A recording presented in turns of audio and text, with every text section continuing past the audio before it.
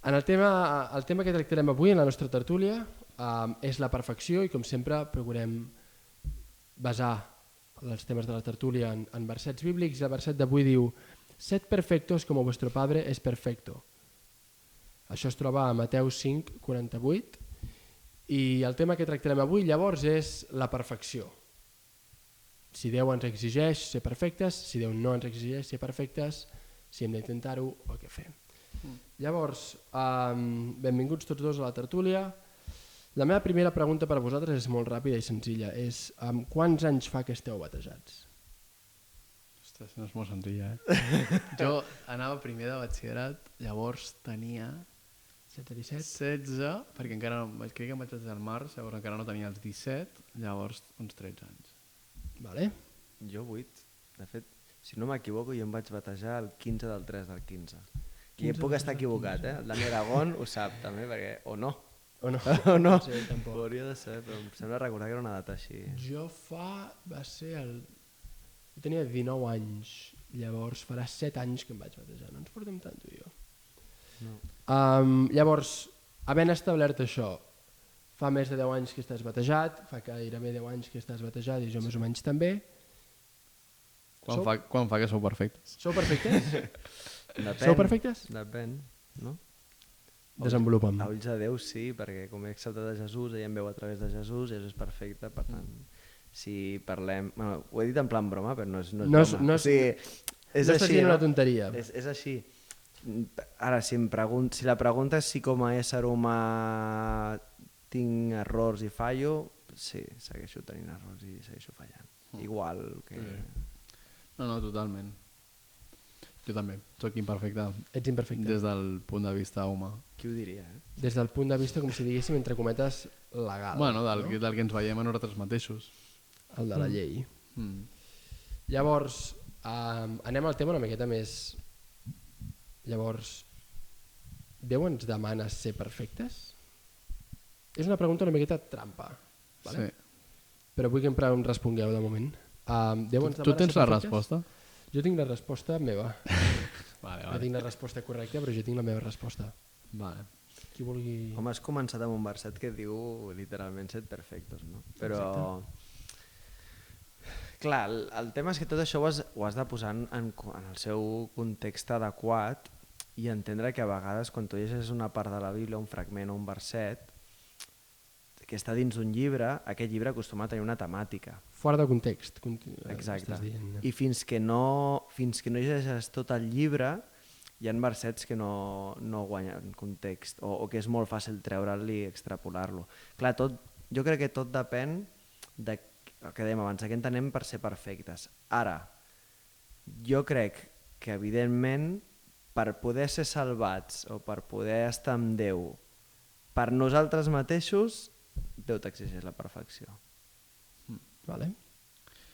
Jo... Abans que entris tu, està al mig del Sermón del Monte, aquest verset.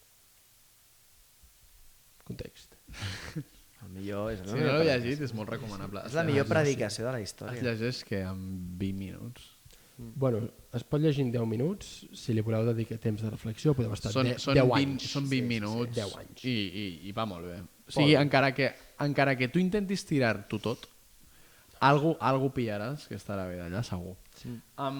Aviam, el tema és, jo he buscat comentaris, predicacions i he fet bastanta recerca en el tema de la perfecció i el tema és... Hi ha una predicació molt interessant del Félix Ortiz que va fer ara... No sé si va ser fa 2 setembres, no sé si va ser aquest setembre o l'anterior, el 22 o el 23, i allà es parlava de que no és perfecció sinó progrés. I el tema és una de les coses que va dir és que a mi em va xirriar una miqueta quan ho vaig llegir de primeres, quan ho vaig escoltar de primeres, que va dir, quan parla de perfecció no parla de perfecció. I jo, vale, aviam, això aviam com ho expliques. I la veritat és que he mirat altres... Després veurem. No, podem mirar.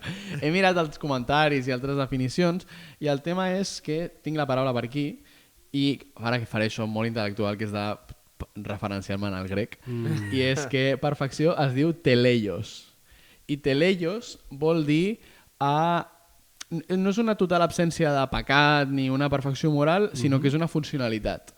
El Fèlix posava l'exemple de que aquest micro és perfecte en el moment en el qual jo parlo i enregistra el meu so. Inclús a la Grècia es parlaria de teleios d'una persona adulta en quant a que ha completat el seu creixement físic. Un jove o un nen que està creixent encara no és teleios, però una persona adulta que ja ha arribat a la seva estatura i ja s'ha desenvolupat físicament i ha arribat a aquest final és teleios. És a dir, que estàs dient que, entre cometes, és una que hauria de funcionar tal com ha estat dissenyat per funcionar. Bueno, acabes de donar la definició més perfecta, crec jo. Però sí.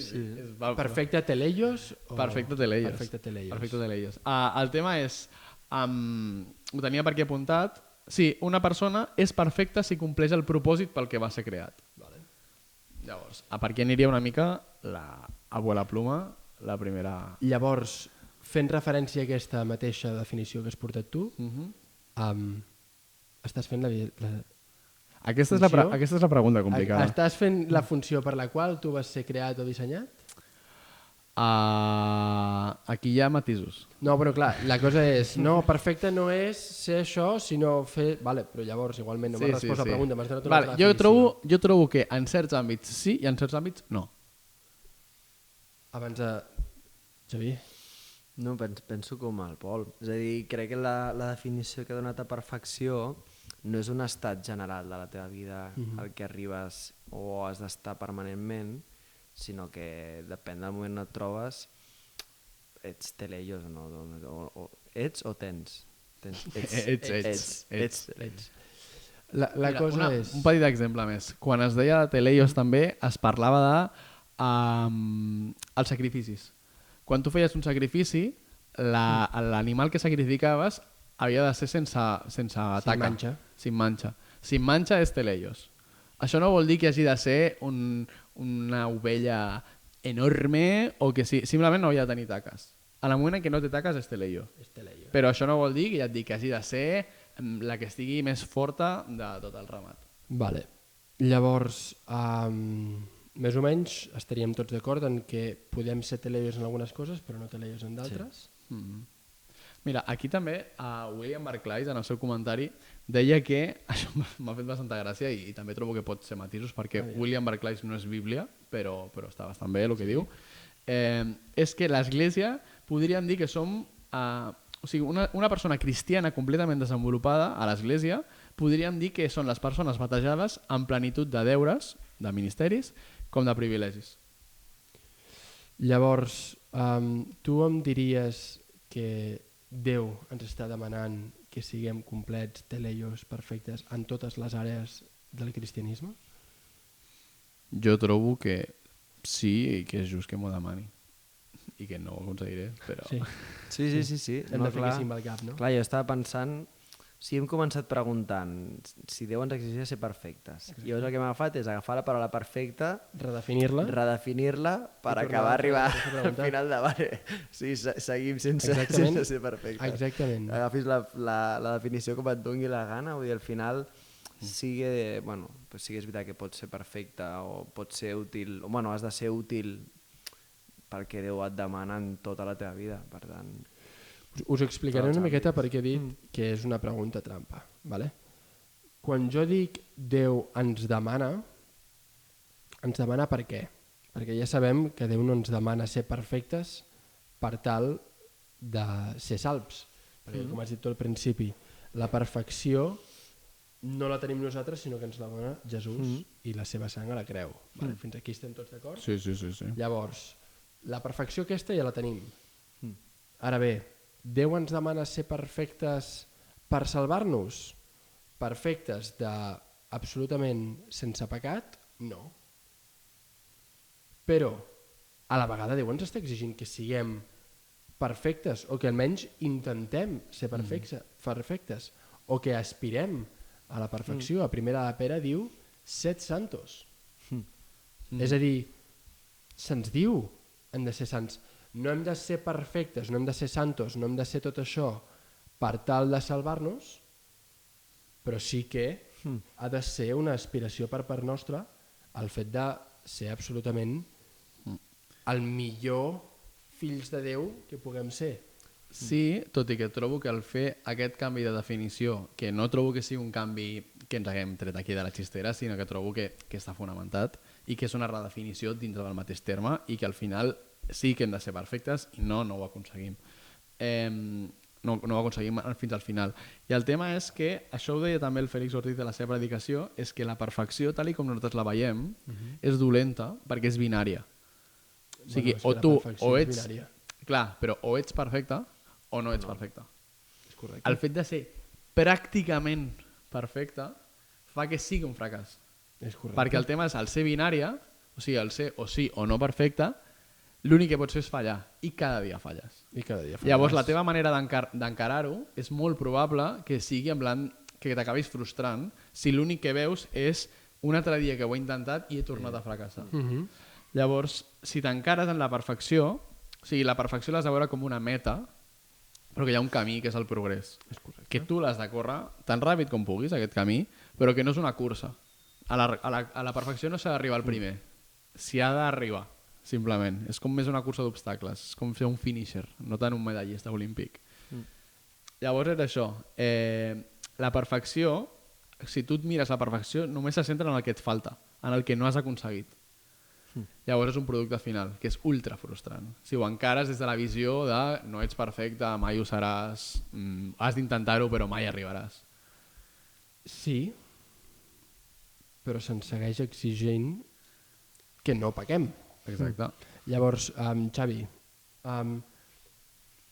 significa que sabent que no som perfectes ni podem ser perfectes ens puguem reclinar en aquesta debilitat, imperfecció humana? Home, si amb això la pregunta és si hem de deixar de fer coses que li agraden a Déu perquè total mai arribem a l'estàndard, doncs totalment no. Ara sí que és veritat que crec que hem de descansar en Déu amb això, saps? Escolta, sé que sóc imperfecte, sé que tinc moltes falles, però sé que tu, a través de tot això meu, pots fer la teva obra, no? I algú que anava a dir abans també, que crec que va molt relacionat. O sigui, crec que quan parlem de salvació i de pecat i tal, són temes molt complexes d'entendre 100%, no? Però crec que, per exemple, estem parlant de perfecció i salvació i ens fixem només en la vida després de la mort, no? És a dir, també crec que ens passa quan evangelitzem. Tot el foco és quan ens morim, després tal, no? I ens oblidem de tots els beneficis que té en la nostra vida aquí el buscar apropar-nos a Déu. És a dir, el fet de buscar ser perfectes, tot i que no ho aconsegueixis, fa que la teva vida que vius aquí tingui molt més significat. I un exemple és quan intentes fer alguna cosa per Déu. O jo què sé, reconèixer un error perquè Déu t'ho demana. O sigui, els errors fan mal, però després el poder viure amb la tranquil·litat d'escolta, jo he fet el que Déu em demanava i això, et dona això més significat. Déu no va posar una llei de forma arbitrària, exacte. d'això està bé i això està malament perquè sí, sinó que tot el que Déu ens diu que fem, tota la llei que ens ha donat Déu, al final és perquè nosaltres puguem tenir la millor vida possible. Exacte, i la millor vida aquí. Per això dic que a part, o sigui, tot i que sabem que el que em preguntaves tu, tot i que sé que no arribaré a ser perfecte, no haig de descansar de buscar-ho, perquè sé que així la meva vida aquí també serà molt millor i la dels que m'envolten com a conseqüència. La perfecció, com si diguéssim, si esteu d'acord, la perfecció aquí a la Terra no és per tal de justificar la nostra salvació en el futur, sinó perquè puguem tenir una millor vida en el present. Tot i que també ajuda. Ajudarà. Sí, però totalment d'acord. I evidentment és com que nosaltres hem d'obeir a Déu i punto. I això ja inclou tot el que inclou. Però Déu no ha donat una llei salvatge, per dir-ho d'alguna manera, no ha donat una llei de això està bé perquè jo vull i això està malament perquè jo vull, viviu aquesta vida, sinó que totes les normes que ens posa a nosaltres i totes les lleis que va posar en l'Antic Testament també, perquè moltes vegades mirem a la llei com els 10 manaments. A l'Antic Testament, després dels 10 manaments, quasi la resta d'Èxode, que són encara quasi 30 capítols, tot Levític part de Deuteronomi i part de Números segueix sent llei. Tot al final del Pentateuc és llei. Sí. Vale, s'expliquen històries, evidentment, però ja hi ha molta més llei. Tota aquesta llei, tot era pel benefici del poble d'Israel. En cap moment era un capritx de Déu. Llavors, una cosa interessant que has dit abans i que tu també has comentat ara és la frustració en el moment de intentar arribar a una meta impossible que seria la perfecció. Llavors, m'agradaria preguntar-vos si teniu algun mètode, si teniu algun consell per a les persones que ens estan mirant de cara a no desanimar-nos, però no desanimar-nos en plan cada matí mirar-nos al mirall i dir-nos avui ho aconseguiràs, no passa res, que ahir ho fallé, sinó algun consell pràctic per les persones que ens estan mirant i que es troben en aquesta situació d'anar-se'n a dormir, arribar al llit, fer la pregària que intentem fer tots, perquè si no hem pregat en tot el dia, preguem abans d'anar-nos a dormir per poder dir que preguem cada dia, fer un repàs del dia ràpid i pensar que avui he tornat a pecar i a més he tornat a repetir el pecat que ahir li vaig pregar a Déu que seria l'última vegada que cometria aquest pecat. Algun consell, alguna forma de poder lluitar contra això que vosaltres hagueu pogut experimentar, que us hagin dit? Jo, per exemple, algo que recomano molt és llegir la Bíblia. En el sentit de... És molt recomanable. Sí, no és el comodín. No, però si llegiu la Bíblia, agafeu la Bíblia per qualsevol... O sigui, agafeu la Bíblia i l'obriu per la meitat i trobareu una persona que peca, excepte Jesús.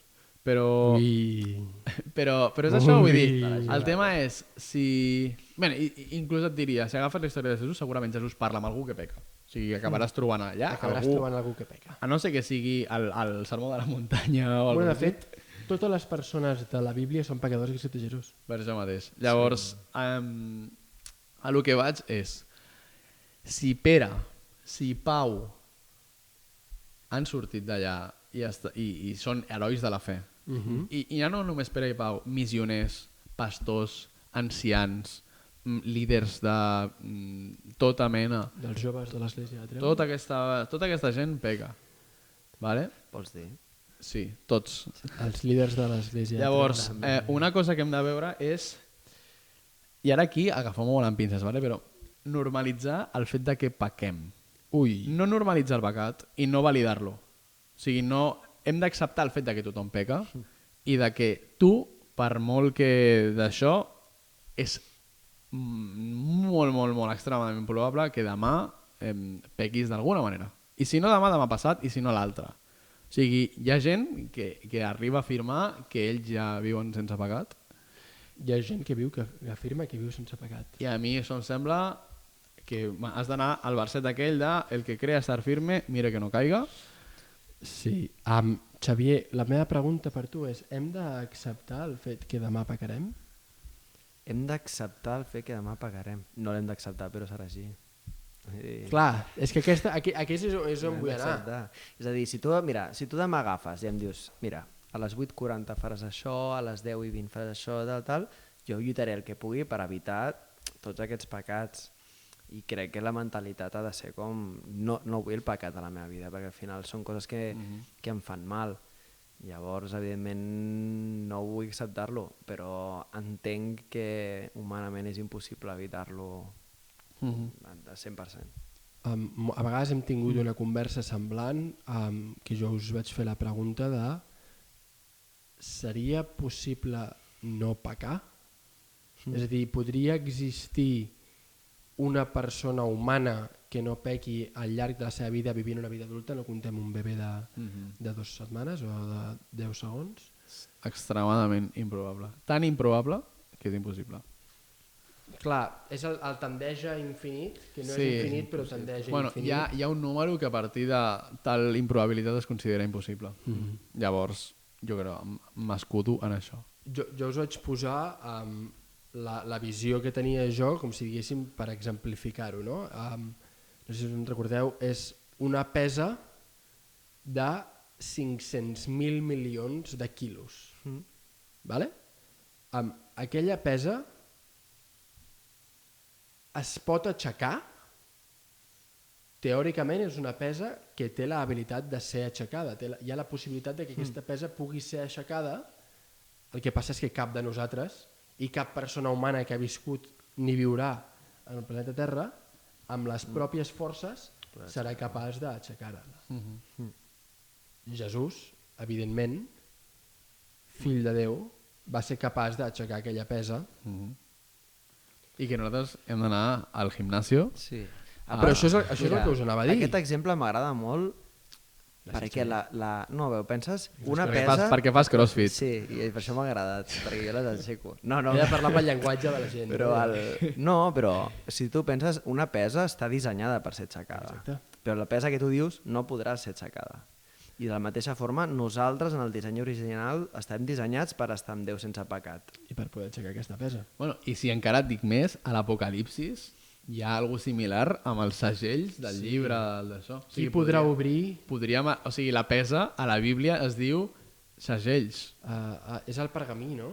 No és el pergamí? Qui podrà obrir el pergamí i Joan plora perquè no hi ha ningú i un àngel li diu no et preocupis, perquè aquí ve l'anyell... Sí, però que el tema és això, que sí, que li podem dir pesa, que potser és una mica més gràfic, però que al final a la Bíblia també es parla d'una metàfora similar. Llavors, Xavier, tu tens algun consell per a aquesta gent que es desanima? O com podem fer per anar al gimnàs el dia següent? Mira, que hem obert el meló de CrossFit. Vinga, va, El gasto ara i ja està. Mira, jo vaig anar a entrenar i vam fer un exercici que es diu toast to bar, que bàsicament és que tu et penges a la barra i amb un keeping, que es diu, que és amb un moviment de va i ve, doncs tu has de tocar amb els peus la barra. Vale. Què passa? Que hi ha molta rotació de la mà i a vegades passa, no sé quina és la mà, vale? Això. Sí, ho he vist. Això m'ho vaig fer a la primera ronda. Llavors baixo d'allà i un noi d'allà em diu, escolta, Xavi, com es pot fer per evitar fer-te mal a les mans? Li ensenyo i dic, no puc donar consells perquè és inevitable, no?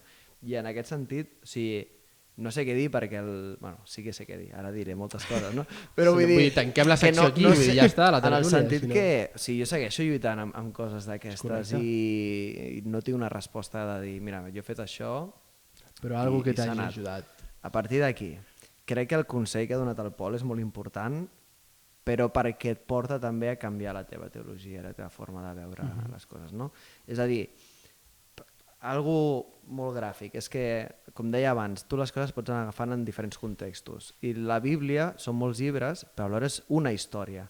Una història d'un poble que trenca la seva relació amb Déu, i des de l'Antic Testament fins a l'arribada de Jesús és gent intentant fer coses sense poder arribar a trobar-se amb Déu, no? I que tot és una espiral de caiguda.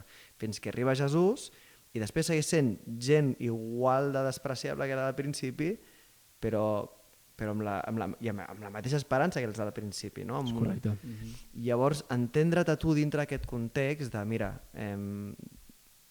jo podria ser part de qualsevol punt d'aquesta història, que el resultat és el mateix. Necessito Jesús i la història que ha preparat Déu és una història de reconciliació de jo amb ell, no?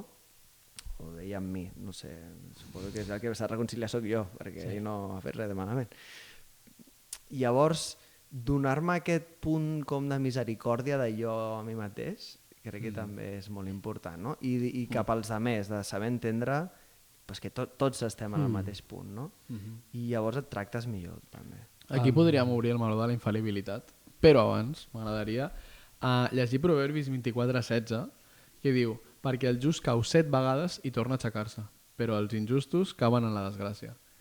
O sigui, el que fa que el just sigui just no vol dir que caigui, sinó vol dir que s'aixeca.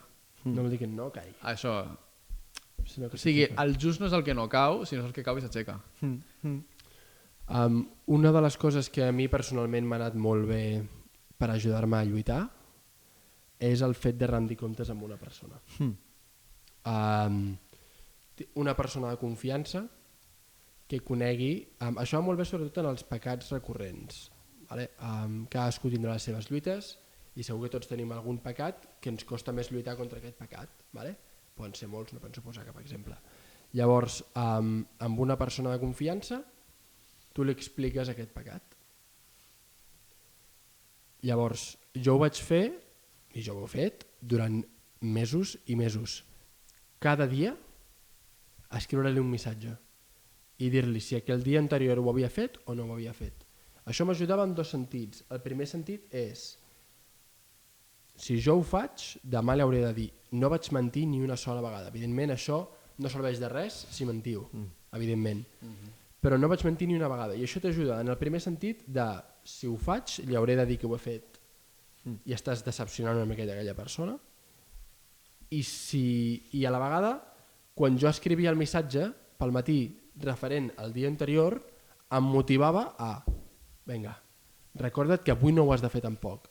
Si ho feu abans del col·le i és un problema que teniu a l'institut, a la universitat, a la feina, m'és igual, doncs si ho feu abans d'anar allà us en recordareu de camí allà no ho he de fer, he de lluitar, he d'aguantar un dia més, he de poder-li dir a aquella persona que en realitat aquella persona acaba sent una espècie d'intermediari amb Déu, com si diguéssim, no en el sentit catòlic, però és en plan, tu això ho estàs fent per Déu, però a la vegada tenir una altra persona que t'animi, que quan fallis et digui aixeca't, com estàvem dient, sigues just i aixeca't, que et dongui versets d'ànim, que t'ajudi, que et pugui acompanyar, que si ha passat ell pel mateix, o ella pel mateix pecat, que et pugui aconsellar de com sortir o que et pugui ajudar en altres àrees. No? Llavors, us animo realment a que si teniu algun pecat d'aquesta mena, que és recurrent, que busqueu una persona de confiança per la qual rendir comptes amb ella. Que això... Última cosa de la tertúlia abans que passem a les seccions. Bueno, no, jo anava a dir que això que estaves dient surt molt a Job 4, que Job és un llibre que és bastant difícil de llegir, però que diu això, en plan, que les paraules de Job han mantingut en peu a altres. El fet de que Job animi a altra gent pues els ha ajudat i això li diuen en el moment en el qual venen a ella a animar-lo, bàsicament a rendir-se de la vida. I és això el que deies, que o sigui, tu el que estaves parlant aquí era tema de vulnerabilitat, de ser vulnerables amb altres germans, sempre en gent de confiança i tot això, i després també com hem de respondre nosaltres amb la vulnerabilitat en aquest sentit. A Hebreus 10 es diu que apliquem la nostra ment a la tasca d'estimular-nos mútuament a l'amor i a les bones obres, que al final és una mica això, el fet aquest de tu has de ser, entre cometes, el perfecte, has d'anar en aquest camí, no has de frustrar-te si avui no has arribat, però sí que has de córrer el més ràpid possible, que diguem, que si et caus t'has d'aixecar, però aquesta cursa que tu corres i que no és una cursa de velocitat que has d'arribar al primer, aquesta cursa no la corres sol, també la corres amb altres germans i per això, que tots hem d'ajudar-nos a nosaltres mateixos, però també als altres a aconseguir això, estimular-nos mútuament en amor i bones obres per fer que tots junts puguem arribar i puguem sempre, si ens caiem, aixecar-nos, sempre seguir en el camí i tota aquesta història, que si ho correm sols doncs és molt més fàcil que... És com tenir una liebre. Sí. Algo que vulguis dir abans de tancar la tertúlia? Algo que t'hagi quedat en ment i tal? La veritat és que no. Perfecte. Tot aquest tema que hem tractat avui, el de la vulnerabilitat, el de rendir comptes, el de ser perfectes o no ser perfectes, està molt vinculat a un capítol que farem més endavant, que és el del perdó. És a dir, això que estem fent avui és per acceptar que nosaltres no som perfectes, però en el del perdó parlem de com la resta tampoc són perfectes i que nosaltres no podem, com vam parlar en l'anterior, jutjar des d'una posició superior a l'altra perquè estem igual al pou que ells. Com filem, Sí. Llavors és increïble. En un capítol, no sé si serà el proper o en un dels propers capítols, tractarem aquest tema perquè està molt bé parlar de nosaltres i també això així ho podrem lligar amb com les altres persones tampoc són perfectes. Aquest podcast és boníssim. És increïble. I estem només al segon capítol. Tallem aquí.